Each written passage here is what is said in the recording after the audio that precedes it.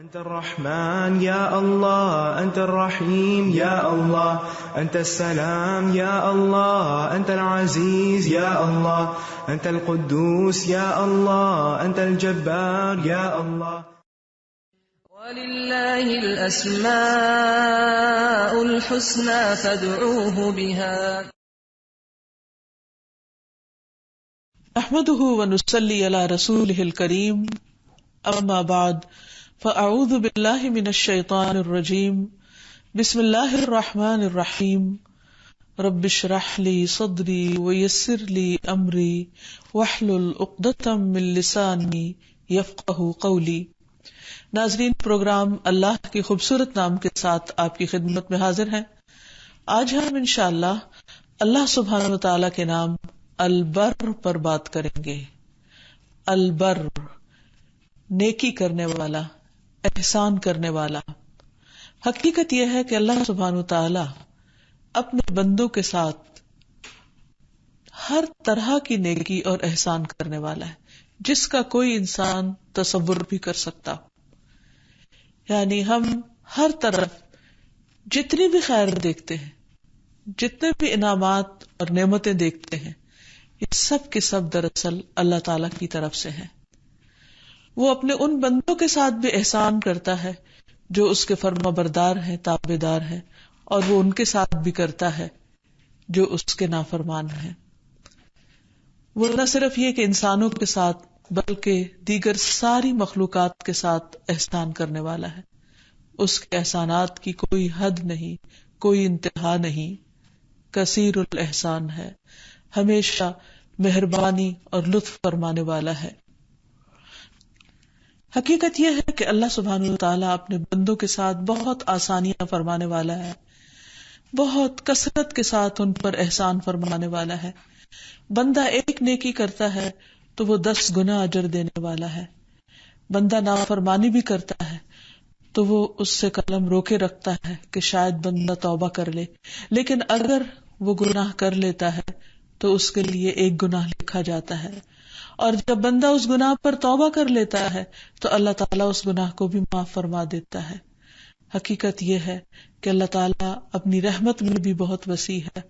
اس کی رحمت ہر چیز پر چھائی ہوئی ہے، اس کا فضل ہر طرف عام ہے، اس کی نوازشیں اور رحمتیں ہم چاروں طرف بکھری دیکھتے ہیں. تو آئیے دیکھتے ہیں کہ قرآن و سنت میں اس نام سے متعلق ہمیں کیا رہنمائی ملتی ہے. تو سب سے پہلی بات تو یہ ہے کہ اللہ سبحانہ وتعالیٰ کا یہ نام سورۃ الطور میں 1 مرتبہ آیا ہے. ارشاد باری تعالیٰ ہے، وَأَقْبَلَ بَعْضُهُمْ عَلَى بَعْضٍ يَتَسَاءَلُونَ قَالُوا إِنَّا كُنَّا قَبْلُ فِي أَهْلِنَا مُشْفِقِينَ فَمَنَّ اللَّهُ عَلَيْنَا وَوَقَانَا عَذَابَ السَّمُومِ إِنَّا كُنَّا مِن قَبْلُ نَدْعُوهُ إِنَّهُ هُوَ الْبَرُّ الرَّحِيمُ. اہل جنت ایک دوسرے کی طرف متوجہ ہو کر گزشتہ حالات پوچھیں گے، کہیں گے اس سے پہلے ہم اپنے گھر والوں میں ڈرتے ڈرتے رہا کرتے تھے، یعنی اللہ تعالیٰ کی نافرمانی سے ڈرتے تھے. سو آج اللہ نے ہم پر احسان فرمایا اور ہمیں لو کے عذاب سے بچا لیا. ہم اس سے پہلے دنیا میں اسی کو پکارا کرتے تھے. بلا شبہ وہ بڑا احسان کرنے والا، البر، اور رحم فرمانے والا ہے. یعنی قیامت کے دن بندے جب اللہ تعالیٰ کے انعامات کو دیکھیں گے تو اس وقت انہیں اللہ تعالیٰ کا یہ نام بے اختیار یاد آ جائے گا کہ یہ سب کچھ دراصل ہمارے رب ہی کا فضل ہے، ہماری کوششیں تو کچھ بھی نہیں، کیونکہ جو بھی کوششیں تھی ہم ان کو کم سمجھتے تھے، اسی لیے ڈرتے رہتے تھے. حقیقت یہ ہے کہ اللہ تعالیٰ اپنے بندوں کو اپنے بے پناہ فضل سے نوازنے والا ہے، خواہ دنیا ہو یا آخرت. فرمایا، ذَلِكَ فَضْلُ اللَّهِ يُؤْتِيهِ مَن يَشَاءُ وَاللَّهُ ذُو الْفَضْلِ الْعَظِيمِ. یہ اللہ کا فضل ہے اور وہ اسے اس کو دیتا ہے جسے وہ چاہتا ہے. یعنی اس کی مہربانیاں اس کے اپنے فیصلے ہیں کہ جس کے لیے چاہے کرے، اور اللہ بہت بڑے فضل والا ہے، یعنی اس کے فضل کی کوئی حد اور انتہا نہیں. پھر اپنے فضل سے بہت زیادہ عطا بھی کرتا ہے. فرمایا وَيَسْتَجِيبُ الَّذِينَ آمَنُوا وَعَمِلُوا الصَّالِحَاتِ وَيَزِيدُهُم مِّن فَضْلِهِ وَالْكَافِرُونَ لَهُمْ عَذَابٌ شَدِيدٌ، اور جو لوگ ایمان لائیں اور نیک عمل کریں وہ ان کی دعا قبول کرتا ہے. ہر انسان کو یہ شوق ہوتا ہے کہ وہ مستجاب الدعوات ہو، وہ ان لوگوں میں شامل ہو جائے کہ جن کی دعائیں قبول ہوتی ہیں. تو یہاں اس کا راز بھی ایک طرف بتا دیا گیا کہ اللہ تعالیٰ اپنے فضل کے ساتھ ایسے لوگوں کی دعائیں قبول فرماتا ہے جو ایمان لا کر نیک عمل کرتے ہیں. الذین آمنوا وعملوا الصالحات ویزیدہم من فضلہ، اور اپنے فضل سے اور زیادہ بھی عطا کرتا ہے، یعنی صرف اتنا نہیں دیتا جس کی وہ دعا مانگتے ہیں، کیونکہ بعض اوقات انسان کو خود بھی پتہ نہیں ہوتا کہ اسے اپنے لیے کیا مانگنا چاہیے.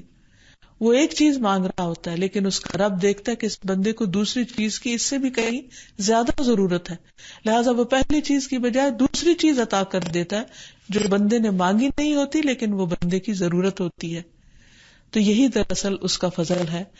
وَالْكَافِرُونَ لَهُمْ عَذَابٌ شَدِيدٌ، اور کافروں کے لیے شدید عذاب ہے، یعنی جو نہ دعا کریں، نہ ایمان لائیں، نہ نیک عمل کریں اور نہ اللہ کے آگے گڑ گڑائیں، پھر ایسے لوگ دراصل خود کو خود ہی محروم کرنے والے ہیں. پھر اسی طرح اللہ تعالیٰ اپنے بندوں پر خرچ کرنے والا ہے. رسول اللہ صلی اللہ علیہ وسلم نے فرمایا، اللہ تعالیٰ فرماتے ہیں یا ابن آدم، اے آدم کے بچے، اے آدم کے بیٹے، انفق، خرچ کرو، انفق علیک، میں تجھ پر خرچ کروں گا، یعنی تم دوسروں کو دینے والے بنو، تمہیں میں دوں گا. یعنی دینے سے کبھی مال کم نہیں ہوتا، نعمتیں ختم نہیں ہوتی، بلکہ یہ کسی بھی نعمت کے شکر کی ادائیگی کا ایک طریقہ ہے کہ انسان اللہ کے دیے ہوئے میں سے دوسروں پر خرچ کرتا رہے. اور جو بندہ ایسا کرتا ہے اللہ سبحانہ تعالیٰ اس کو اور زیادہ نوازتا چلا جاتا ہے، پہلے سے بھی زیادہ عطا کرتا ہے. کیونکہ ایک مرتبہ نبی صلی اللہ علیہ وسلم نے قسم کھا کر یہ بات فرمائی تھی کہ صدقہ کرنے سے مال کم نہیں ہوتا. اور حقیقت یہ ہے کہ ایک تجربے کی بات ہے، آپ بھی کر کے دیکھیے کہ اگر آپ چاہتے ہیں کہ کسی نعمت میں اضافہ ہو تو اس نعمت کو دوسروں کے ساتھ شیئر کیجیے. پھر اسی طرح یہ ہے کہ اللہ سبحانہ تعالیٰ ایسا البر الرحیم ہے کہ وہ بندوں کے گناہوں سے درگزر کرتا ہے، ان کی مدد کرتا ہے، ان کی حفاظت فرماتا ہے. قرآن مجید میں آتا ہے ان عبادی لیس لک علیہم سلطان، بے شک میرے بندے ان پر تیرا کوئی زور نہیں چلے گا. یعنی شیطان انہیں ورغلانے کی کوشش ضرور کرے گا لیکن انہیں پھانس نہیں سکے گا، انہیں اپنے جال میں نہیں لے سکے گا، کیونکہ انہیں اللہ کی حفاظت حاصل ہے. اور کس کو وہ اپنے جال میں پھانسے گا؟ الا من اتبعک من الغاوین، مگر جنہوں نے تیری پیروی کی، جو بھٹکے ہوئے لوگ ہیں ان میں سے. یعنی جو بھٹکے ہوئے ہیں اور جو تیرے راستے پر چلنا چاہتے ہیں وہی تیرا شکار بنیں گے، اور جو اللہ کے راستے پر چلنا چاہتے ہیں اللہ سبحانہ تعالیٰ انہیں اپنی رحمت سے اپنی خاص مدد عطا فرمائے گا. پھر اسی طرح اللہ تعالیٰ ایسا محسن ہے، ایسا احسان کرنے والا ہے کہ وہ اپنے بندوں پر رحمت عام کیے ہوئے ہے. اگر اس کی عبادت کی جائے تو بھی وہ اپنی رحمتوں سے نوازتا ہے، اور اگر اس کی عبادت نہ کی جائے تو بھی وہ ان تمام لوگوں کو نوازنے والا ہے جو دنیا میں اس کی نافرمانی نہ کر رہے ہیں. لیکن آخرت میں اس کی رحمتیں اور اس کی نوازشیں صرف ان لوگوں کے لیے ہوگی جو اس کے فرما بردار بندے ہیں. اللہ تعالیٰ فرماتے ہیں ان الذین یتلون کتاب اللہ وَأَقَامُوا الصَّلَاةَ وَأَنفَقُوا مِمَّا رَزَقْنَاهُمْ سِرًّا وَعَلَانِيَةً يَرْجُونَ تِجَارَةً لَن تَبُورَ لِيُوَفِّيَهُمْ أُجُورَهُمْ وَيَزِيدَهُمْ مِنْ فَضْلِهِ إِنَّهُ غَفُورٌ شَكُورٌ. جو لوگ اللہ کی کتاب پڑھتے ہیں، نماز قائم کرتے ہیں، اور جو کچھ ہم نے انہیں دے رکھا ہے اس میں سے خفیہ اور علانیہ خرچ کرتے ہیں، وہ ایسی تجارت کے امیدوار ہیں جس میں کبھی خسارہ نہ ہوگا، کبھی بھی نقصان نہیں ہوگا، کوئی لاس نہیں ہوگا، یعنی آخرت میں.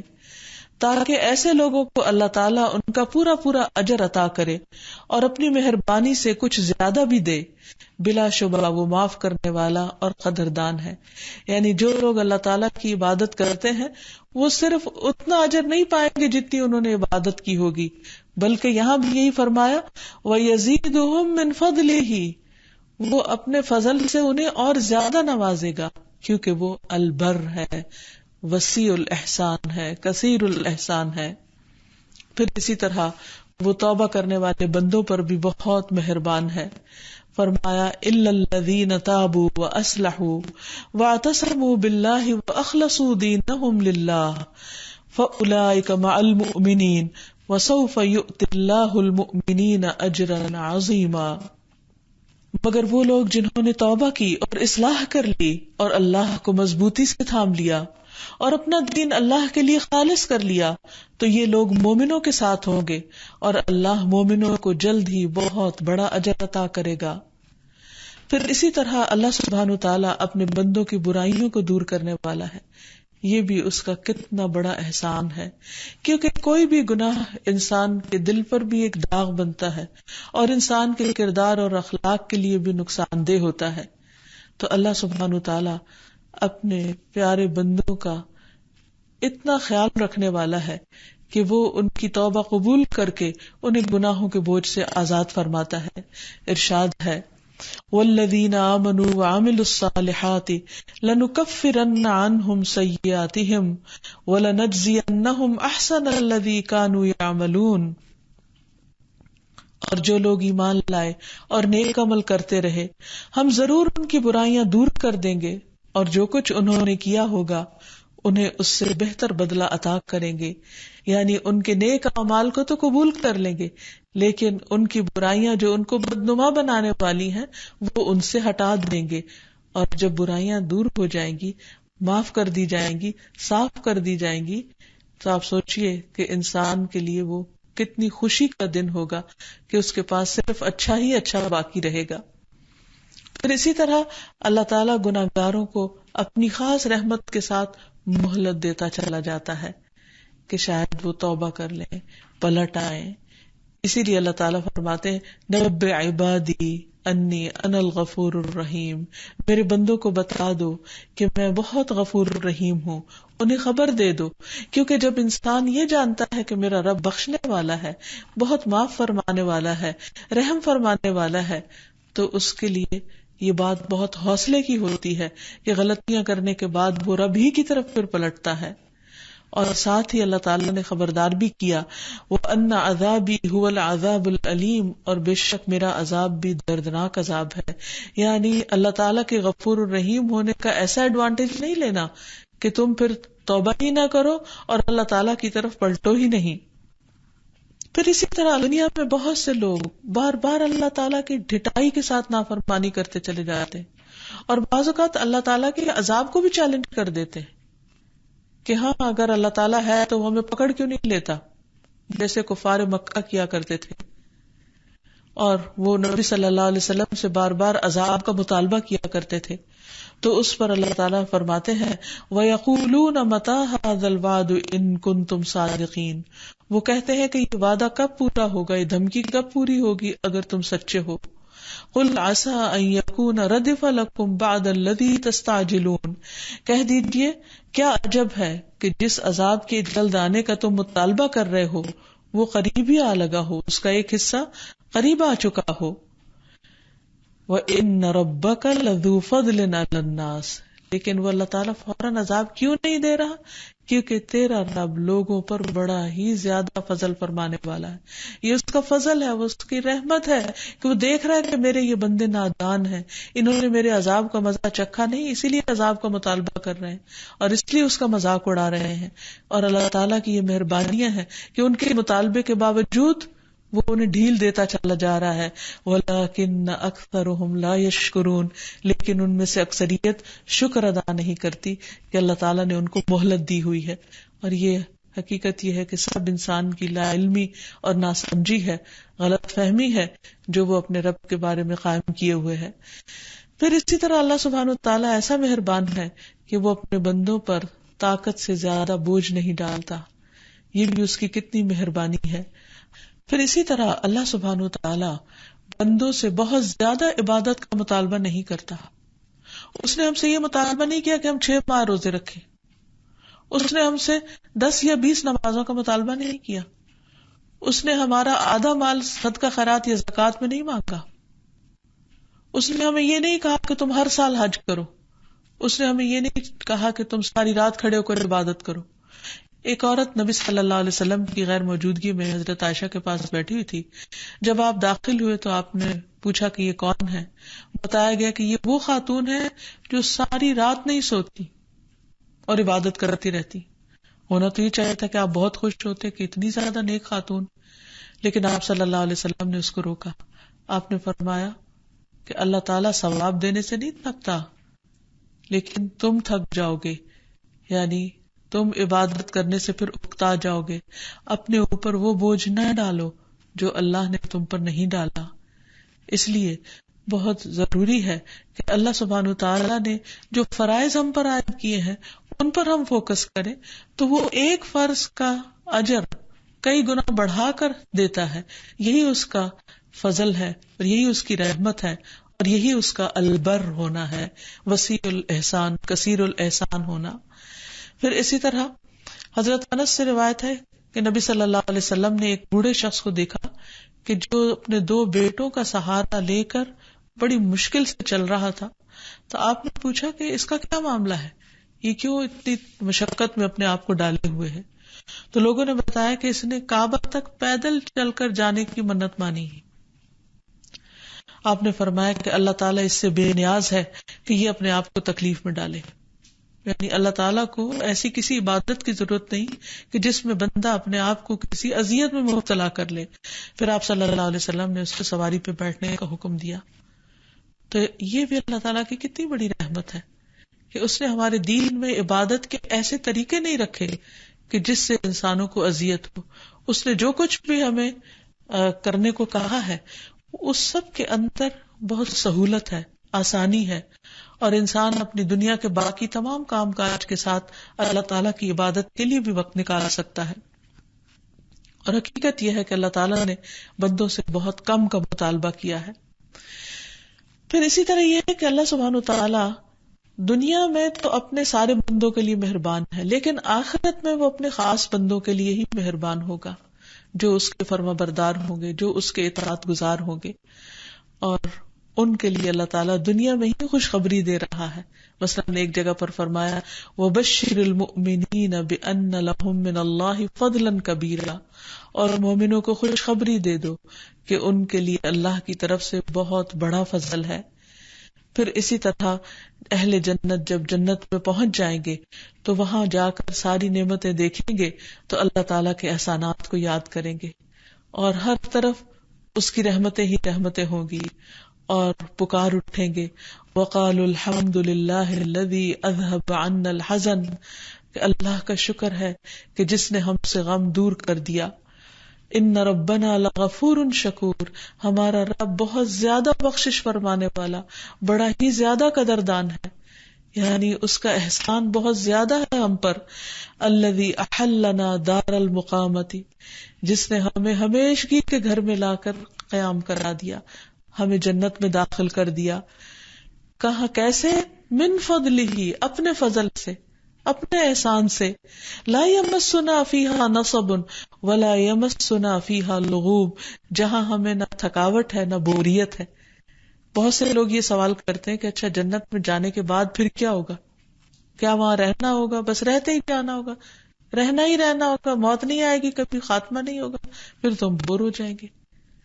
دنیا جو مصیبتوں کا گھر ہے، یہاں تو آج تک کوئی بور نہیں ہوا رہنے سے. لیکن جنت جہاں کی نعمتیں اتنی زیادہ ہوں گی کہ ہر آن ایک نئی چیز ہمیشہ انسان انجوائے ہی کرتا چلا جائے گا. اللہ تعالیٰ دنیا میں خوشخبری دے رہے ہیں کہ وہاں انسان کو کسی قسم کی کوئی تھکاوٹ، کوئی بوریت اور کوئی ملال نہ ہوگا، کوئی رنج، کوئی غم، کوئی ہم، کوئی بڑھاپا، کوئی بیماری، کوئی فکر مندی، کچھ بھی نہ ہوگی. یہ سب کچھ کیا ہے؟ یہ دراصل اللہ سبحانہ تعالیٰ کا البر الرحیم ہونا ہے، بہت زیادہ کثرت کے ساتھ احسان کرنے والا اور بہت زیادہ مہربان ہونا ہے، کیونکہ اتنی وافر مقدار میں اور اتنی زیادہ مہربانیاں صرف وہی کر سکتا ہے، کوئی اور نہیں۔ پھر اسی طرح اللہ سبحانہ تعالیٰ آخرت میں بہترین رزق دینے والا بھی ہے۔ اللہ تعالیٰ فرماتے ہیں الذین آمنوا وعملوا الصالحات طوبی لہم وحسن مآب، جو لوگ ایمان لائے اور انہوں نے نیک اعمال کیے ان کے لیے خوشحالی اور اچھا ٹھکانہ ہے۔ اب جب ہم اللہ تعالیٰ کے اس نام کو سمجھ جائیں، یعنی البر کا معنی معلوم ہو جائے کہ بہت زیادہ احسان کرنے والا، وسیع پیمانے پر بندوں کے ساتھ مہربانی کرنے والا، تو اس کے اثرات ہماری زندگی میں بھی نظر آنے چاہیے۔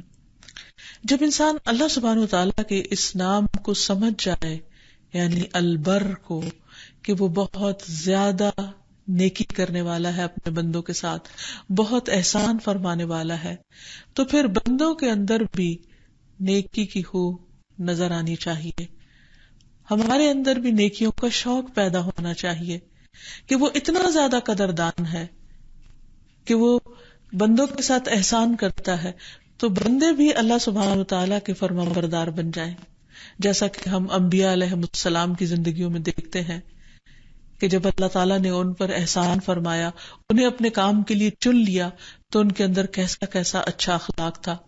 مثلا یحییٰ علیہ السلام کے بارے میں آتا ہے، اللہ تعالیٰ فرماتے ہیں وَحَنَانًا مِن لَّدُنَّا وَزَكَاةً وَكَانَ تَقِيًّا وَبَرًّا بِوَالِدَيْهِ وَلَمْ يَكُنْ جَبَّارًا عَصِيًّا، ہم نے اس سے اپنی مہربانی سے نرم دل اور پاک سیرت بنایا، اور فی الواقع وہ پرہیزگار تھے، وہ اپنے والدین سے ہمیشہ اچھا سلوک کرتے تھے اور کسی وقت بھی جابر اور نافرمان نہ ہوئے۔ پھر اسی طرح حضرت عیسیٰ علیہ السلام کے بارے میں آتا ہے وَبَرًّا بِوَالِدَتِي وَلَمْ يَجْعَلْنِي جَبَّارًا شَقِيًّا، اور میں اپنی والدہ کے ساتھ بہترین سلوک کرتا ہوں، نیز اللہ نے مجھے جابر اور بدبخت نہیں بنایا۔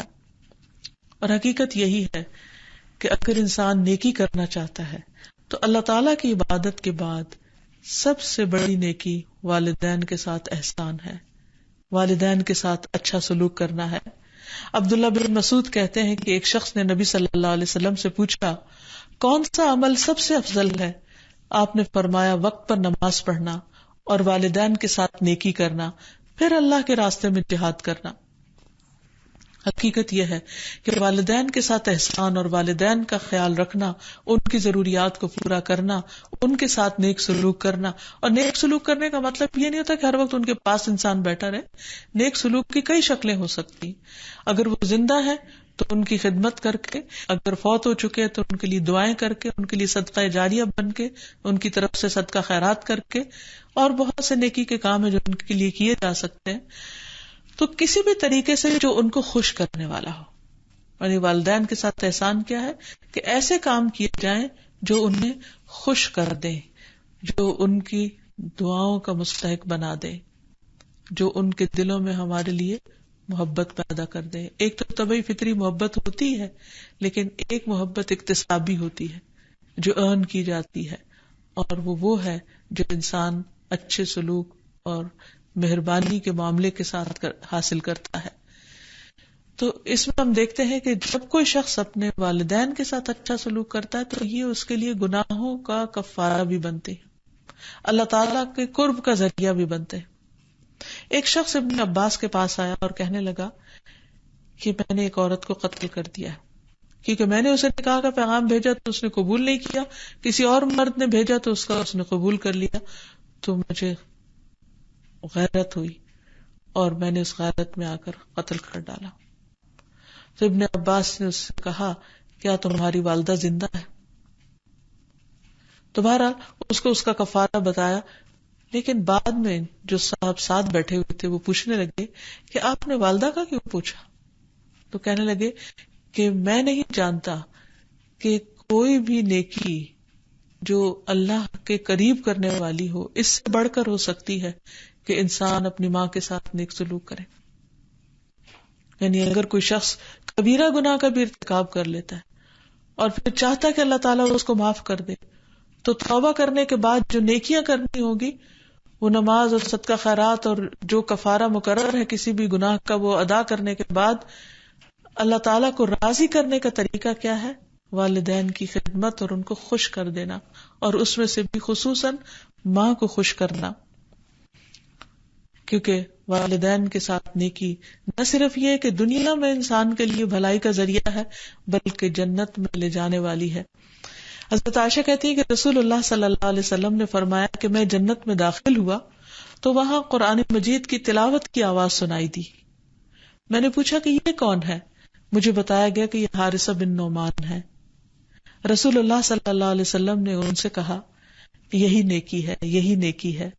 اور حارثہ بن نعمان اپنی والدہ کے ساتھ بہت زیادہ حسن سلوک کرنے والے تھے، تو نبی صلی اللہ علیہ وسلم نے ان کو ایک طرح سے جنت میں دیکھا، یعنی ان کے جنت میں داخلے کی وجہ کیا تھی؟ ان کی والدہ کے ساتھ نیکی، حسن سلوک۔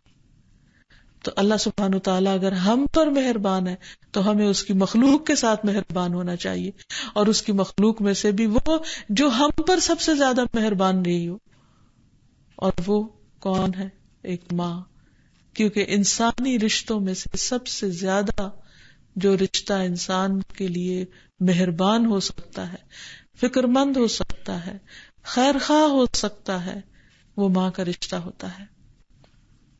پھر اسی طرح ماں کے ساتھ ساتھ باپ کا بھی بہت بڑا حق ہے، کیونکہ وہ خرچ کرتا ہے، بہت سی ضروریات پوری کرتا ہے، بہت سے فائدے پہنچاتا ہے، تو ان کے اوپر بھی احسان کرنا چاہیے۔ اور اس میں صرف یہ نہیں کہ وہ جب زندہ ہو تو تب، وفات کے بعد بھی۔ اور اس سلسلے میں حضرت ابن عمر کا طرز عمل ہمارے لیے ایک بہت اچھا نمونہ ہے۔ ایک مرتبہ وہ مکہ جا رہے تھے تو راستے میں انہوں نے اونٹ کے ساتھ ساتھ اپنا ایک گدھا بھی رکھا ہوا تھا اور عمامہ بھی پہنتے تھے، تو راستے میں ایک دیہاتی ان کو ملا، تو انہوں نے ان سے بات چیت کرنے کے بعد اپنا گدھا بھی ان کو دے دیا اور عمامہ بھی دے دیا۔ تو ان کے ساتھی نے کہا کہ یہ کون شخص تھے ایک اجنبی سے جن کے اوپر آپ نے اتنی مہربانی کر دی؟ تو کہنے لگے کہ یہ میرے والد کے دوستوں میں سے تھے، یعنی حضرت عمر کے دوستوں میں سے تھے۔ تو نبی صلی اللہ علیہ وسلم نے فرمایا ہے کہ نیکیوں میں سب سے بڑی نیکی آدمی کا اپنے باپ کی وفات کے بعد اس کے دوستوں کے ساتھ اچھا سلوک کرنا ہے، اور اس دیہاتی کا باپ عمر کا دوست تھا رضی اللہ عنہ۔ تو یہ ہے ہمارا دین، اور یہ ہے احسان کا وہ وسیع کانسیپٹ جو ہمیں سکھایا گیا ہے۔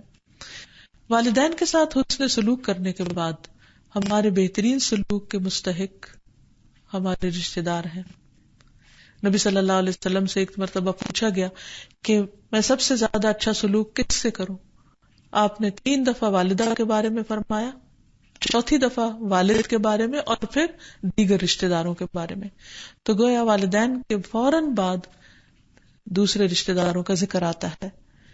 رسول اللہ صلی اللہ علیہ وسلم نے فرمایا مسکین پر صدقہ کرنے کا ثواب 1 گنا ہے، اور رشتہ دار پر صدقہ کرنے کا ثواب 2 گنا ہے، ایک صدقے کا اور دوسرا رشتہ داری نبھانے کا۔ پھر اسی طرح یہ ہے کہ یہ تو انسانی رشتوں میں حسن سلوک کی بات ہے، لیکن ہمیں نیکی کی ہر قسم کے ساتھ رغبت ہونی چاہیے، کیونکہ اللہ سبحانہ وتعالیٰ ہر قسم کا احسان اپنے بندوں پر کرتا ہے۔ وہ بندوں کو نوازتا بھی ہے، بندوں کے لیے آسانیاں بھی پیدا کرتا ہے، بندوں کی وہ ضروریات بھی پوری کرتا ہے جو بندوں کو خود بھی نہیں پتا۔ تو ہمیں بھی نیکی کے کسی موقع کو ہاتھ سے نہیں جانے دینا چاہیے۔ تو اس سلسلے میں قرآن مجید کی ایک بہت جامع آیت ہے جس سے آیت البر کہا جاتا ہے، جس میں نیکی کی اقسام بتائی گئی ہیں۔ اللہ تعالیٰ فرماتے ہیں نیکی یہی نہیں کہ تم اپنا رخ مشرق یا مغرب کی طرف پھیر لو، بلکہ اصل نیکی یہ ہے کہ کوئی شخص اللہ پر، آخرت کے دن پر، فرشتوں پر، کتابوں پر، نبیوں پر ایمان لائے، اور اللہ سے محبت کی خاطر اپنا مال رشتہ داروں، یتیموں، مسکینوں، مسافروں، سوال کرنے والوں اور غلامی سے نجات دلانے کے لیے دے، نماز قائم کرے اور زکوٰۃ ادا کرے۔ نیز نیک وہ لوگ ہیں کہ جب عہد کریں تو اسے پورا کریں، اور بدحالی، مصیبت اور جنگ کے دوران صبر کریں. ایسے ہی لوگ راست باز ہیں اور یہی لوگ دراصل متقی ہیں. قرآن مجید کی اس آیت کے علاوہ حدیث سے بھی ہمیں نیکی کے کاموں کی تفصیل کے بارے میں پتہ چلتا ہے. عبداللہ بن عمر بیان کرتے ہیں کہ ایک آدمی نبی صلی اللہ علیہ وسلم کے پاس آیا اور کہا کہ اللہ کے رسول صلی اللہ علیہ وسلم، کون سے لوگ اللہ تعالیٰ کو زیادہ پیارے ہیں، کون لوگ زیادہ محبوب ہیں، اور کون سے اعمال اللہ تعالیٰ کو زیادہ پسندیدہ ہیں؟ رسول اللہ صلی اللہ علیہ وسلم نے فرمایا، وہ لوگ اللہ تعالیٰ کو زیادہ محبوب ہیں جو دوسرے لوگوں کے لیے سب سے زیادہ فائدہ مند ہوں. اب اس معیار پر اپنے آپ کو پرکھ لیجئے کہ آپ دوسروں کو کتنا فائدہ دینے والے ہیں اور کس کس کو دینے والے ہیں. ایک دن کا جائزہ آپ لے سکتے ہیں، ایک ہفتے کا لے سکتے ہیں، ایک مہینے اور ایک سال کا لے سکتے ہیں کہ اس عرصے میں آپ نے کتنے لوگوں کو بینیفٹ کیا، کتنے لوگوں کا بھلا کیا. اور اللہ تعالیٰ کو سب سے زیادہ پسندیدہ اعمال یہ ہیں کہ مسلمان اپنے بھائی کو خوش کر دے، اس سے کسی تکلیف کو دور کرے، اس کا قرضہ ادا کر دے، اسے کھانا کھلا دے.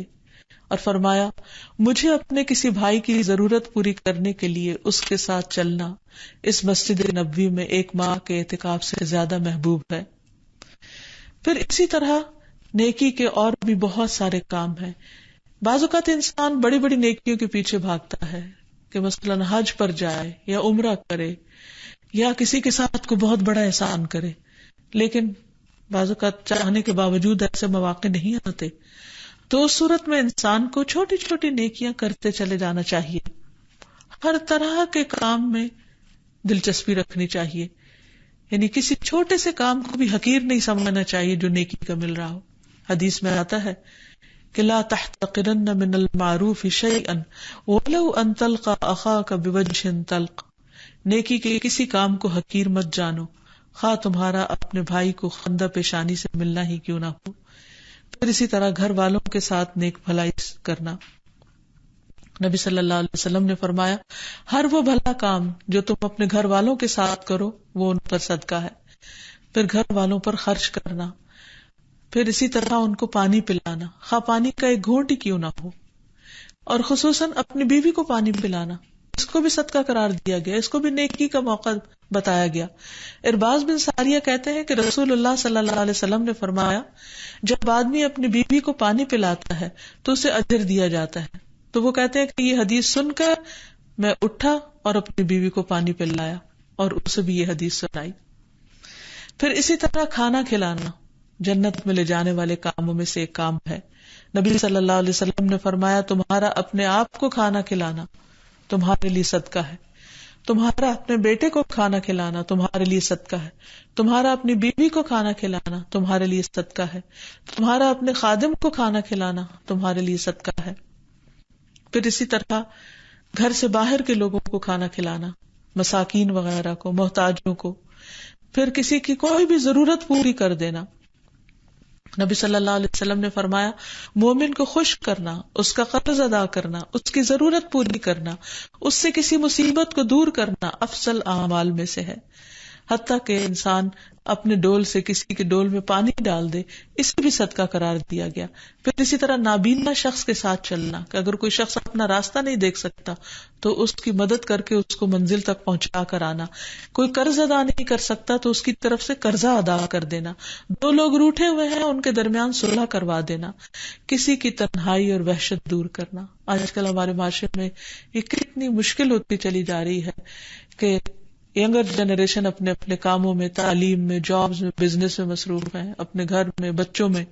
اور جو بزرگ لوگ ہیں، بڑی عمر کے لوگ ہیں، وہ اکثر تنہا رہتے ہیں اور سارا دن بعض اوقات بچوں کے انتظار میں بیٹھے رہتے ہیں. تو ایسے میں جو لوگ اکیلے ہوں اور انسان کے پاس وقت ہو تو خاص طور پر ان کو وزٹ کر لینا. جیسے ایک محلے کے اندر ہے یا ایک نیبرہڈ میں ہے تو جا کر ان لوگوں کے پاس تھوڑی دیر کے لیے بیٹھنا، ان کا دل خوش کر کے آنا، یہ بہت بڑے نیکی کے کاموں میں سے ایک کام ہے. نبی صلی اللہ علیہ وسلم نے فرمایا، کسی نیکی کے کرنے کو معمولی نہ سمجھو. خواہ تم کسی اداس آدمی کو جو تنہائی اور خوف محسوس کرے اسے انس اور اپنائیت مہیا کرو. پھر اسی طرح سلام پھیلانا، کثرت سے سلام کرنا، مسکرانا، اچھی بات بتانا، اچھا مشورہ دینا، سچائی اختیار کرنا، اپنے شر سے دوسروں کو بچانا، راستے سے تکلیف دہ چیزوں کو ہٹا دینا، یہ سارے نیکی کے کام ہیں اور نیکی کا ایک وسیع کانسیپٹ ہے. اور پھر آخر میں یہ کہ جو شخص نیکی کے کام کرے گا وہ اللہ سبحانہ وتعالی کی طرف سے بہترین مقام پائے گا.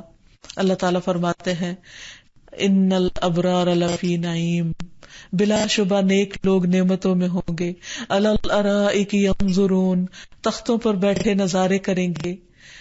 تعرف فی وجوہہم نظرۃ النعیم، آپ ان کے چہروں پر خوشحالی کی رونق معلوم کریں گے. یسقون من رحیق مختوم، انہیں سرب مہر خالص شراب پلائی جائے گی. ختامہ مسک وفی ذلک فلیتنافس المتنافسون، جس کی مہر کستوری کی ہوگی. اور نعمتوں کے شائقین کو چاہیے کہ وہ اس بات میں رغبت کریں، ایک دوسرے کا مقابلہ اس چیز میں کریں. ومزاجہ من تسنیم، اس شراب میں تسنیم کی آمیزش ہوگی. عین یشرب بها المقربون، یہ ایک چشمہ ہے جس سے مقرب لوگ شراب پیئیں گے. پھر اسی طرح ایک اور جگہ پر فرمایا ان الابرار یشربون من کأس کان مزاجها کافورا، نیک لوگ شراب کے ایسے جام پیئیں گے جن میں کافور کی آمیزش ہوگی. اور پھر یہ کہ انسان اپنی پسندیدہ چیز اللہ کے راستے میں جب خرچ کرتا ہے تو نیکی کے کمال کو پہنچ جاتا ہے. لن تنالوا البر حتى تنفقوا مما تحبون.